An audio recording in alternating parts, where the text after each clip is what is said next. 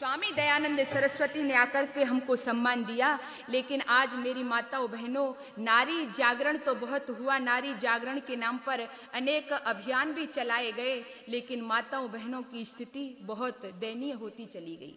आज वैसे नारी ये समझ रही है कि उसने बहुत उन्नति कर ली है, वो बहुत ऊंचे स्तर पर पहुंच गई है, लेकिन मेरी माताओं बहनों, मैं जिन घटनाओं का वर्णन आपके समक्ष कर रही थी, कन्या भ्रूण हत्या और दहेज प्रथा, ये घटनाएं ऐसी बढ़ती हुई चली जा रही हैं कि कहने को तो आज समानाधिकार की दौड़ लगी हुई है। ये नारी सोच रही है कि मैं बहुत आगे निकल गई, लेकिन स्वामी दयानंद सरस्वती ने जो हमारा स्वरूप वेद के आधार पर हमको दिखाया था, हम उससे दूर हटते हुए चले गए।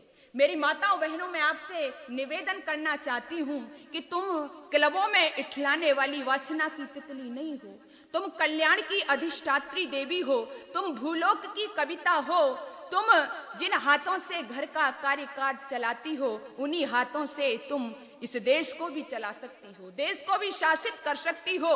तुम्हारी वास्तविक स्थिति जो है वो माँ की है, तुम्हारा वास्तविक स्वरूप जो है वो माँ का है। आज मैं देखती हूँ कि नारी अपने उस स्वरूप को भूल करके, अपने उस आदर्श को भुला करके फैशन की दौड़ में, पश्चिमी सभ्यता की आंधी में अपने आप को इस तरह से बहाती हुई चली जा रही है कि मैं सोचती हूँ कि क्या ये वही देश है जिस देश के अंदर कभी सीता सावित्री जैसी पतिव्रता देवियां, इस देश के अंदर कभी ऋषिकाएं, कभी वीरांगनाएं देवियां हुआ करती थी। आज उस देश की बहनें अपने शरीर का प्रदर्शन कर रही हैं। मुझे कवि की दो लाइनें याद आ रही हैं, सदाचार सद ज्ञान बिना, सदाचार सद ज्ञान बिना मानव आदर्श बने कैसे, फैशन प्रदर्शन तन करती फिर बलात्कार रुके कैसे, विज्ञापन का मॉडल बनती नारी सम्मान बढ़े कैसे, है चाह विश्व सुंदरी बनने की, है चाह विश्व सुंदरी बनने की, दुर्गा सा नाम बने कैसे, निज लाजशील की रक्षा बिन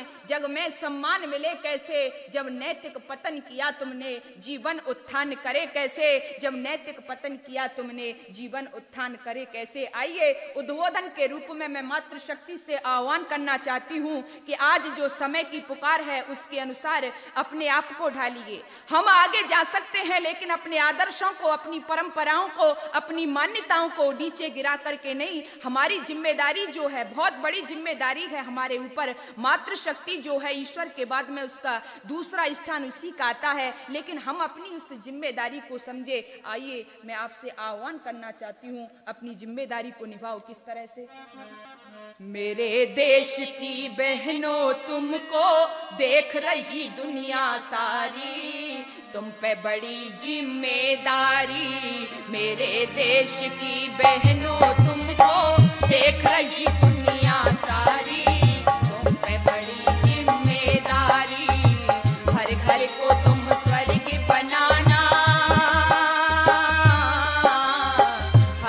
को तुम स्वर्ग बनाना, हर आंगन को फुलवाड़ी, तुम पे बड़ी जिम्मेदारी।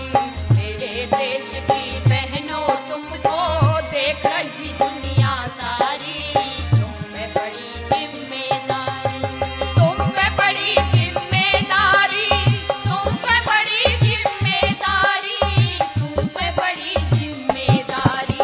मेरे देश की बहनों, देख रही दुनिया सारी, तुम्हें बड़ी जिम्मेदारी।